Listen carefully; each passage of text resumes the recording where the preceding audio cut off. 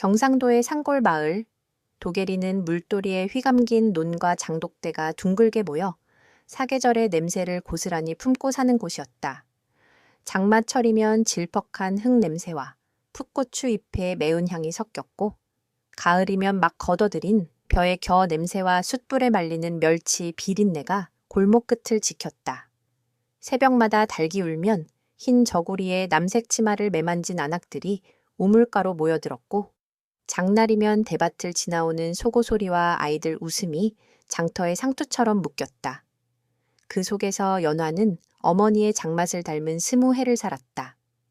깊고 조금은 씁쓸하며 오래 입안에 남는 맛.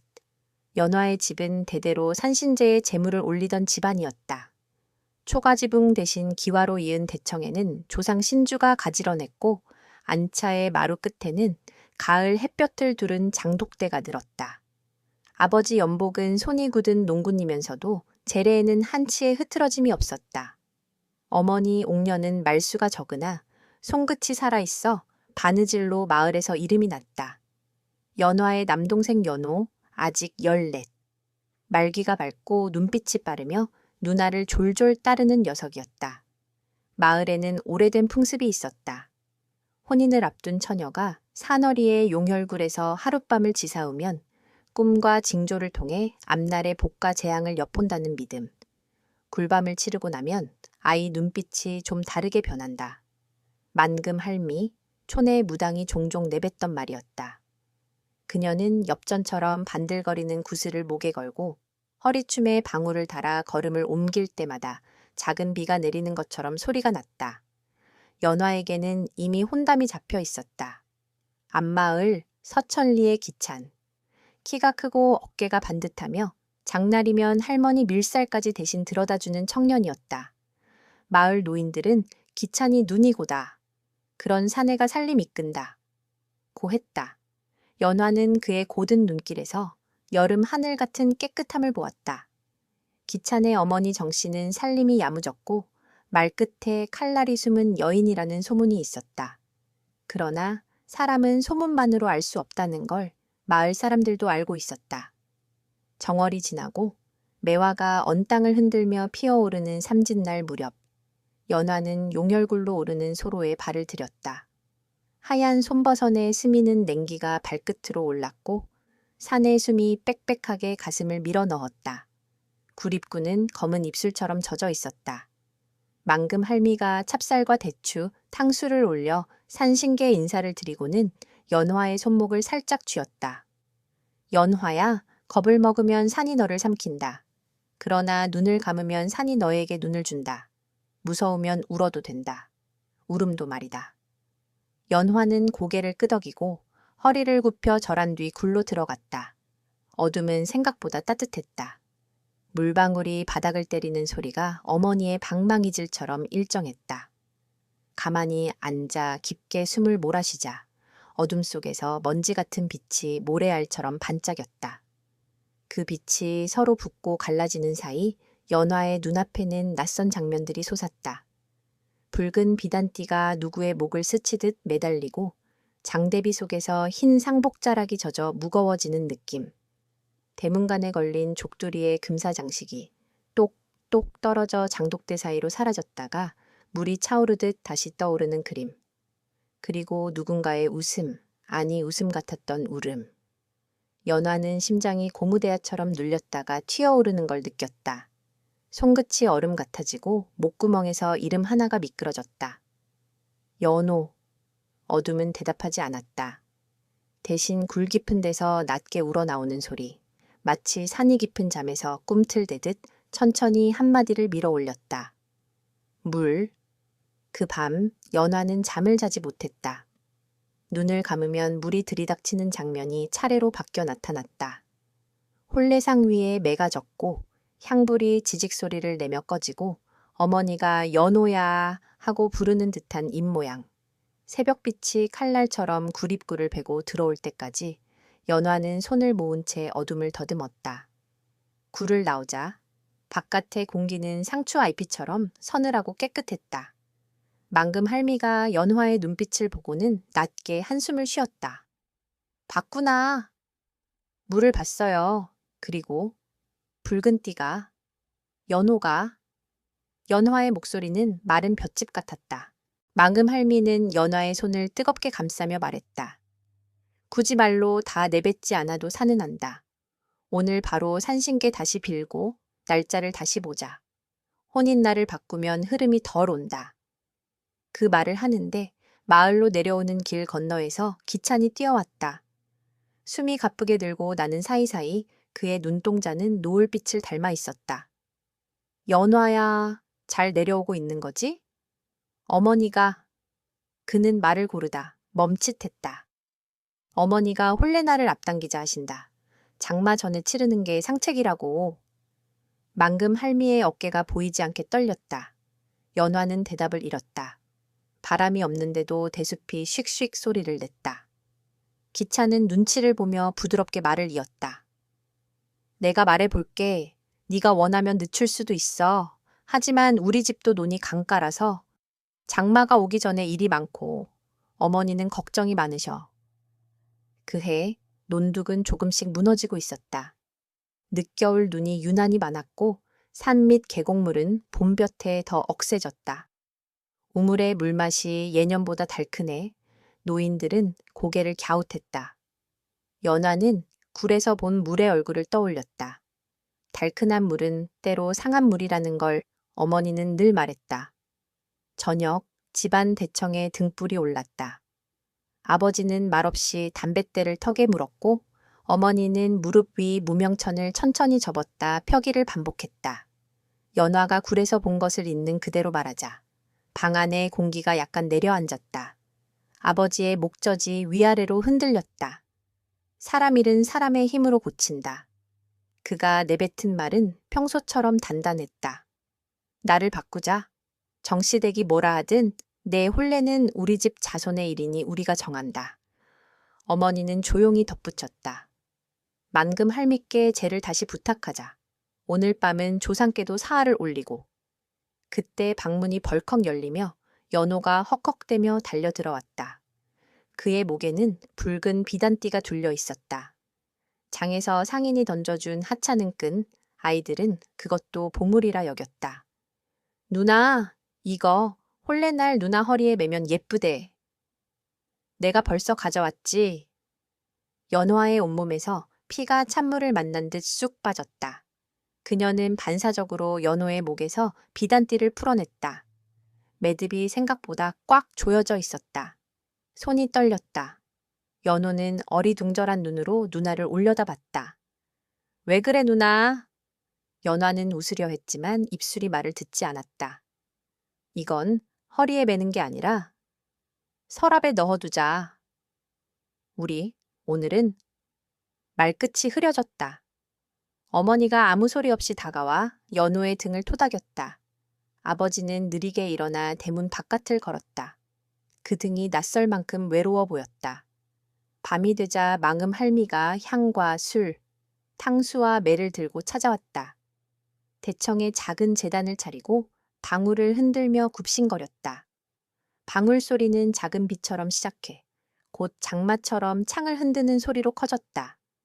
연화는 등잔불에 비치는 어머니의 옆얼굴을 보았다. 그 옆얼굴은 낡은 두루마기처럼 단단했으나 솔기가 터지지 않길 바라는 마음으로 꾹꾹 눌러 꿰맨 흔적이 있었다. 조상님들, 산신님들.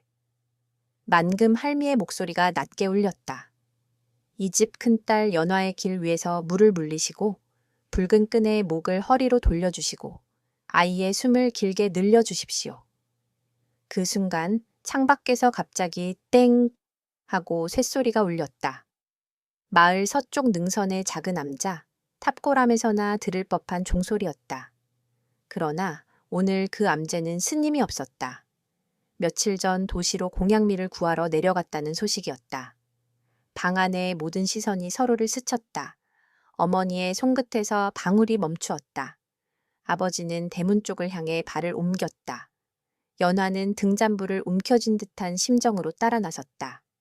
마당 한가운데 바람 한 점 없는데도 장독대 위에 얇은 비닐이 팔랑였다.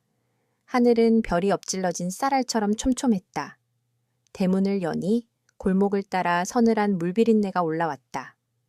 누구도 말하지 않았지만 모두가 같은 생각을 했다.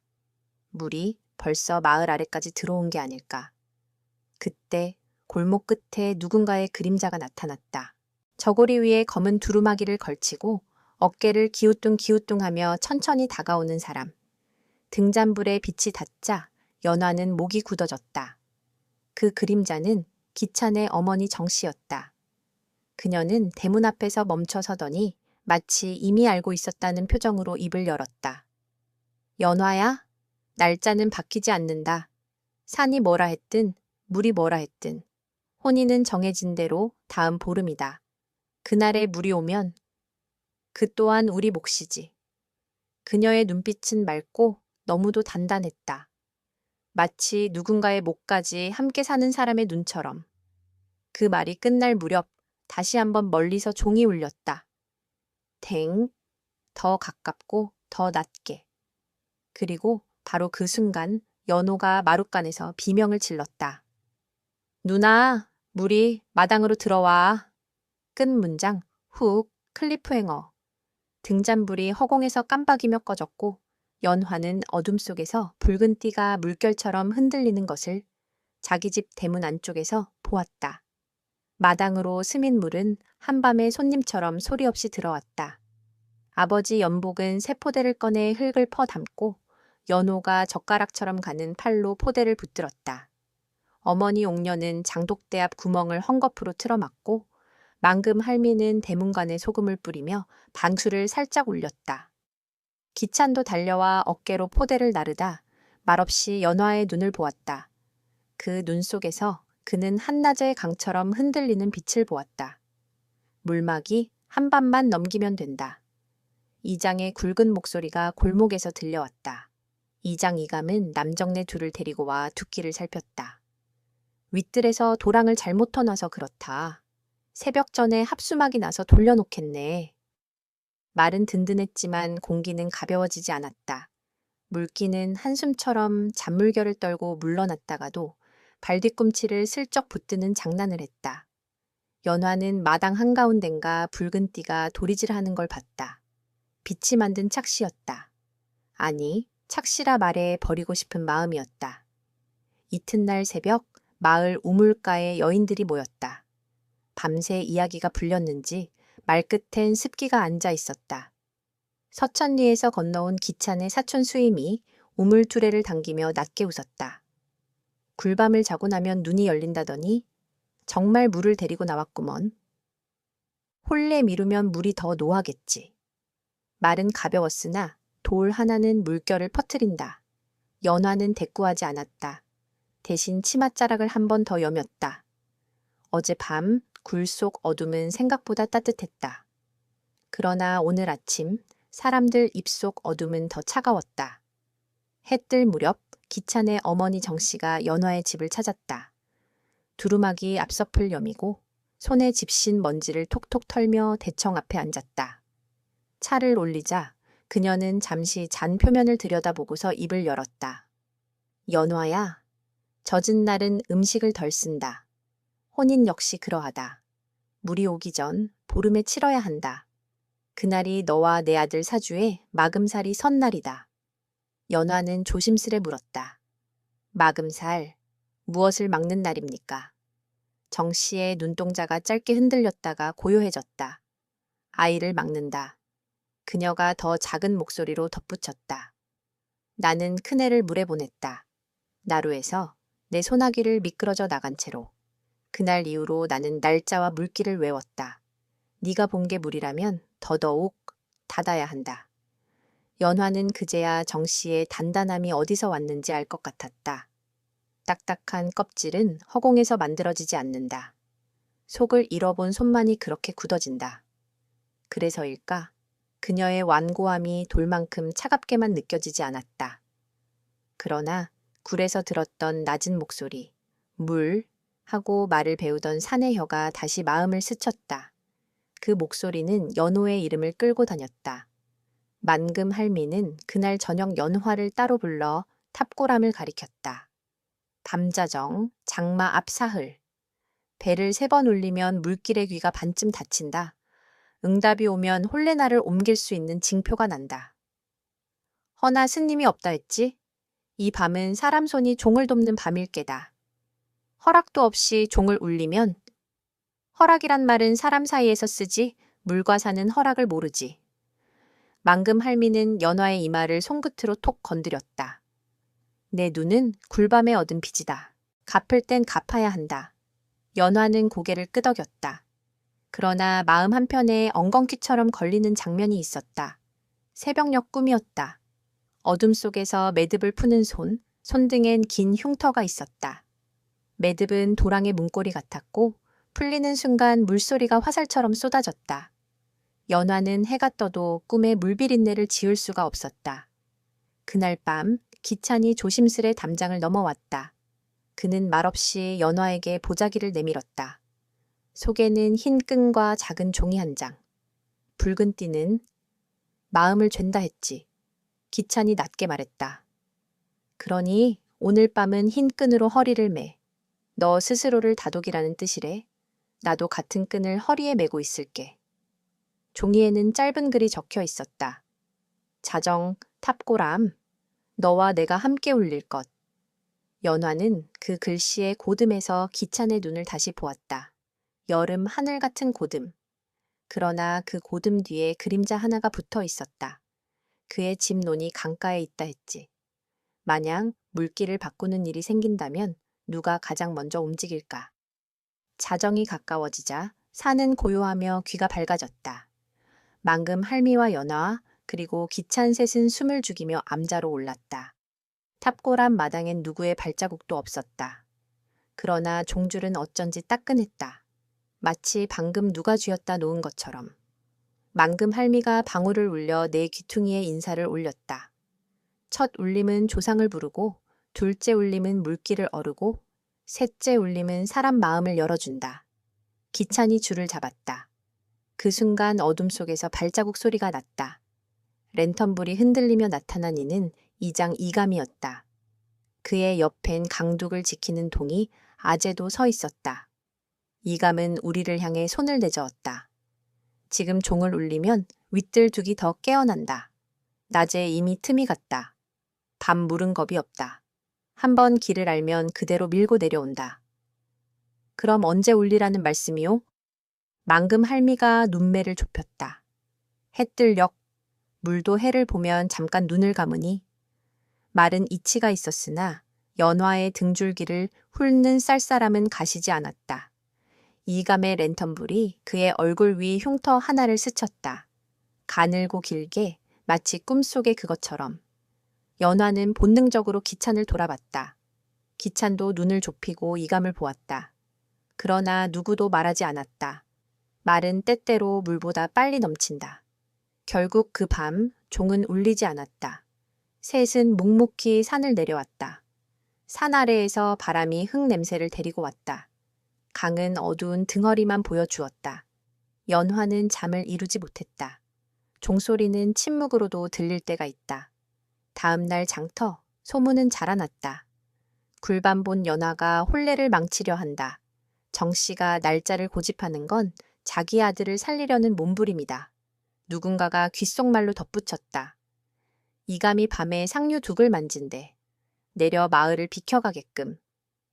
연화는 그 말을 들었을 때 쇠뿌스런 맛이 혀끝에 돌았다. 누군가 물길을 만진다. 꿈속 매듭이 현실에 누군가 손등에 얹히는 소리가 뚜렷했다. 그 손등, 긴 흉터. 이감의 것. 밤이 다시 오기 전에 연화는 탑고람으로 홀로 올랐다. 종주를 감싸진 손이 떨렸다. 허락은 사람의 말, 종은 산의 입. 눈을 감고 첫 울림을 그렸다. 그때 등 뒤에서 바람 같은 목소리가 났다. 그 줄, 지금 울리면 마을 아래채가 잠겨 정씨였다. 그녀는 어두운 마당 끝에 서 있었다. 나는 내 아들만 살리려는 게 아니다. 내 집도 살리고자 한다. 물길은 계산이 필요하다. 이감이 새벽에 둑문을 잠깐 열어 상류를 빼면 해가 떠오를 때 종을 울려 물길을 묶는다. 그게 우리 모두 사는 길이다. 그 계산 한 번만 어긋나면 누구 집 아이가 물에 잡아가겠죠? 연화의 목소리는 낮았지만 깊었다. 굴에서 들은 이름이 내 동생이었다면요? 정 씨의 눈이 아주 조금 떨렸다. 그러면 네가 선택해야지. 혼례를 다음 보름에 치러 산과 물의 결을 맞출지 아니면 모든 날짜를 흩어뜨릴지. 그때 아래쪽 강둑에서 소리가 솟았다. 먼지와 사람들의 외침이 섞여 산까지 올라왔다. 두기, 누군가의 외침이 숨을 베었다. 종줄이 연화 손에서 흘러내렸다. 산길을 달려 내려가자 마을 아래 합수머리는 이미 하얀 이를 드러내고 있었다. 이감과 동이 아재가 삽을 들고 뛰었고 남정네들이 포대를 내던졌다. 물은 사람의 발을 읽는 듯 곧장 좁은 골목을 찾아들었다. 하필이면 연화네 대문 쪽이었다. 연호야! 어머니의 목소리가 칼처럼 갈라졌다. 마당 쪽에서 아이 울음이 튀듯 올랐다. 연호는 장독대 뒤에 놓인 나무 발판을 억지로 옮기다 그만 미끄러졌다. 얕은 물임에도 속도는 빨랐다. 붉은 띠가 서랍에서 굴러나와 물 위에 올랐다. 끄는 물 위에서 꽃잎처럼 피었다가 곧 작은 소용돌이에 휘말려 골목으로 빨려나갔다. 기찬이 몸을 던져 연호를 끌어안고 포대 뒤로 밀어 올렸다. 연화는 그 사이 붉은 띠를 쫓아 골목으로 뛰었다. 띠는 유년의 연처럼 바람을 타다 강으로 이어지는 작은 수로로 빨려 들어갔다. 그 끝 탑골암 방향에서 낮고 깊은 소리가 한 번 울렸다. 댕. 연화는 그 소리를 신호처럼 받아들였다. 지금 울려야 한다. 물이 귀를 여는 순간 그녀는 치마를 걷어 허리까지 물속에 디디고 들어갔다. 물은 차갑고 묵직했다. 발목을 한 번 끌더니 더 깊은 곳으로 부드럽게 초대했다. 연화는 손을 뻗어 붉은 띠를 움켜쥐었다. 띠끝은 물고기 비늘처럼 미끄러웠다. 연화야! 뒤에서 기찬의 목소리가 쫓아왔다. 종을 울려야 해. 연화가 소리쳤다. 지금, 바로 지금. 그 순간 탑골암 쪽 하늘이 번개처럼 환해졌다. 어둠도 낮도 아닌 물의 시간. 연화는 붉은 띠를 허리에 메고 반대 손으로 수로 벽을 디뎠다. 산길로 뛰어오르며 뒤돌아본 골목에서 이감의 손등이 번쩍였다. 긴 흉터 위로 물빛이 미끄러졌다. 그가 도랑문고리를 잡고 있었다. 끝 문장, 훅, 전환점. 연화는 젖은 치맛자락을 움켜쥔 채 종줄을 잡았다. 바로 그때 줄이 뚝 하고 끊어지며 탑골암에 종이 사람 없이 저 혼자 두 번째 울림을 내뱉었다. 첫 문장, 훅. 둘째 울림이 사라진 뒤 산은 오래된 숨을 고르고 셋째 울림을 기다렸다. 줄이 뚝 끊어졌을 때 연화의 손바닥엔 종줄에 거친 섬유가 별처럼 박혀 있었다. 탑골암 마당은 숨을 죽였고 종은 방금 울음을 삼킨 아이처럼 진동을 남겼다. 만금 할미가 짧게 탄식을 내뱉었다. 셋이 되어야 매듭이 맺힌다. 그 말이 다 끝나기 전에 기찬이 달려와 연화의 허리에 묶인 붉은 띠를 보았다. 그걸로 종 혀를 묶자. 기찬은 숨이 찢어진 목소리로 말했다. 종 혀는 차갑고 축축했다. 밤안개가 맺힌 금속은 물고기의 등처럼 미끄러웠다. 연화는 붉은 띠 한쪽을 혀에, 다른 한쪽을 자신의 손목과 허리에 얽어 맴돌렸다. 허락은 사람의 말, 종은 산의 입. 망금 할미의 말이 다시 울렸다. 기찬이 뒤에서 허리를 받쳐주고 망금 할미가 방울을 3번 가볍게 흔들었다. 빗물 같은 소리가 내 귀퉁이에 퍼졌다. 하나, 연화가 숨을 모았다. 종은 꿈에서 본 물의 귀처럼 조용히 열렸다.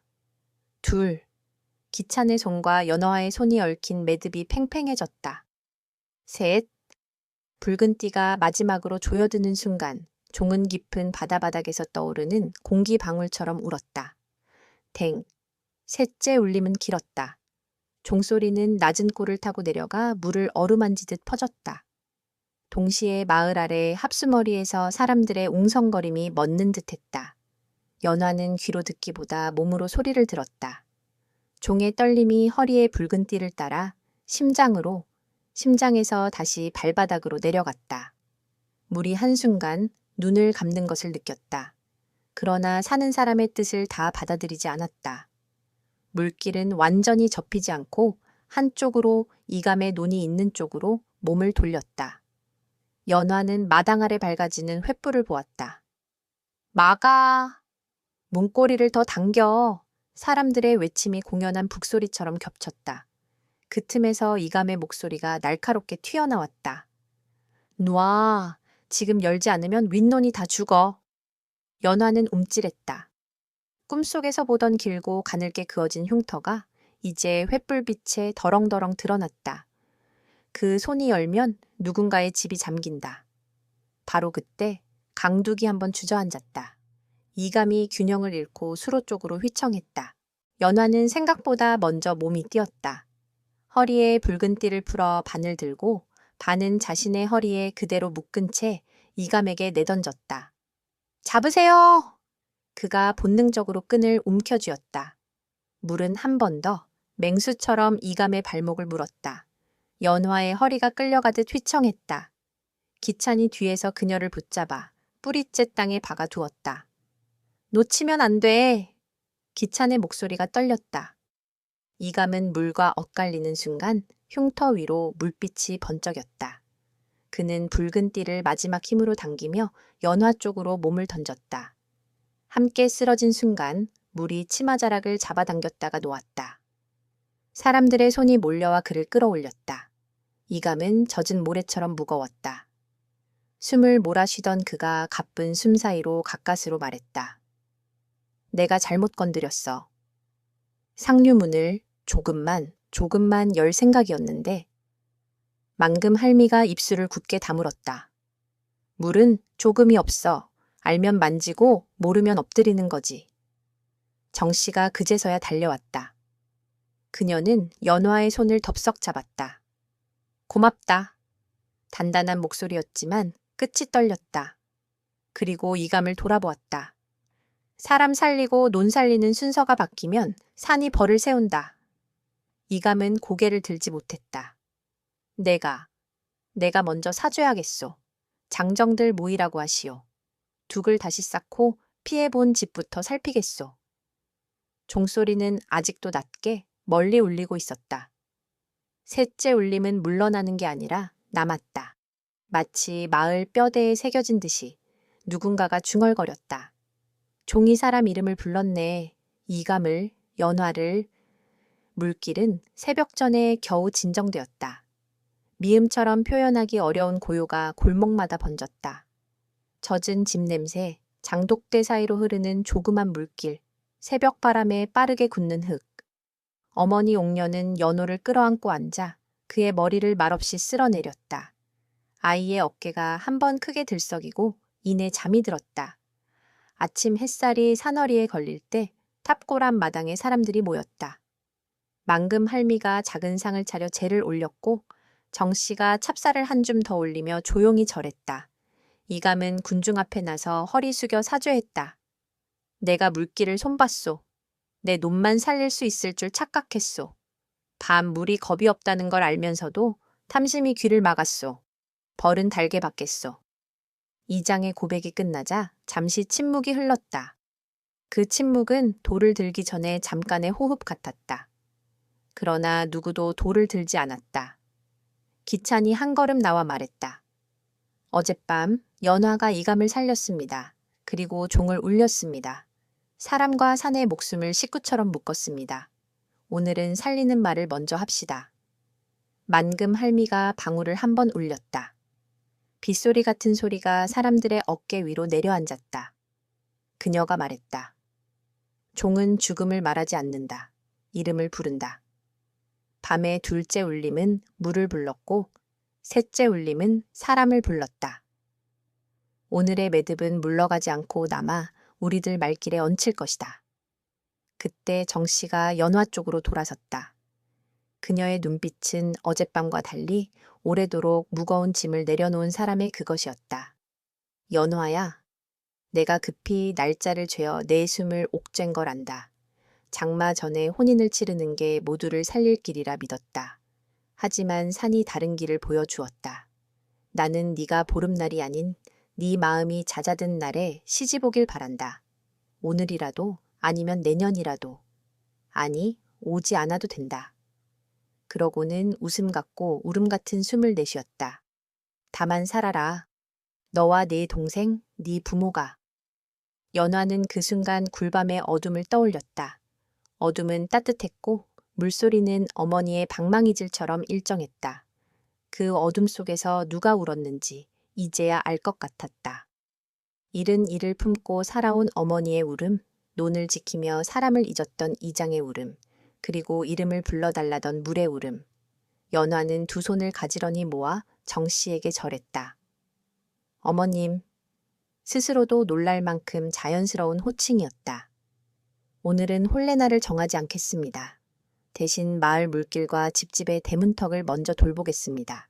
제가 본 것과 들은 것을 산이 준 만큼만 나누겠습니다.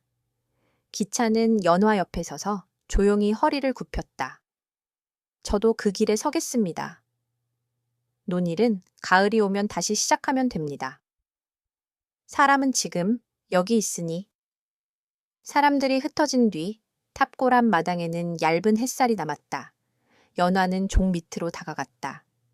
방금 전까지 생명을 불러냈던 혀는 다시 고요했지만 표면에 작은 금이 있는 걸 발견했다. 금 사이로 무언가 얇은 종이가 끼워져 있었다. 연화가 조심스레 꺼내 펼치자 낡은 한지의 먹으로 적힌 이름들이 줄지어 있었다.